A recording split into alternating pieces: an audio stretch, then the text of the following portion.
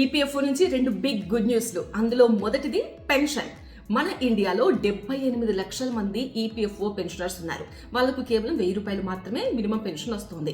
అయితే అది ఎందుకు సరిపోవట్లేదు అని చెప్పేసి ఈపీఎస్ 95 స్కీమ్ కింద ఆ మినిమం పెన్షన్ ని 1000 రూపాయల నుంచి 7500కు పెంచాలి అన్న ప్రపోజల్ అయితే తీసుకొచ్చారు. చాలా సంవత్సరాల నుంచి కార్మిక సంఘాలు కూడా ఇదే డిమాండ్ చేస్తున్నాయి.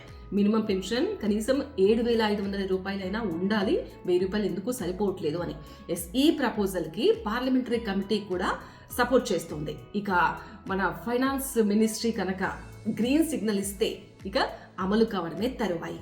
అండ్ రెండవ గుడ్ న్యూస్ ఏంటి అంటే ఈపీఎఫ్ఓ 3.0తో మనం ఎమర్జెన్సీ టైంలో ఏటీఎం నుంచి కూడా మన పిఎఫ్ డబ్బులు విత్డ్రా చేసుకునే ఆప్షన్ రాబోతోంది.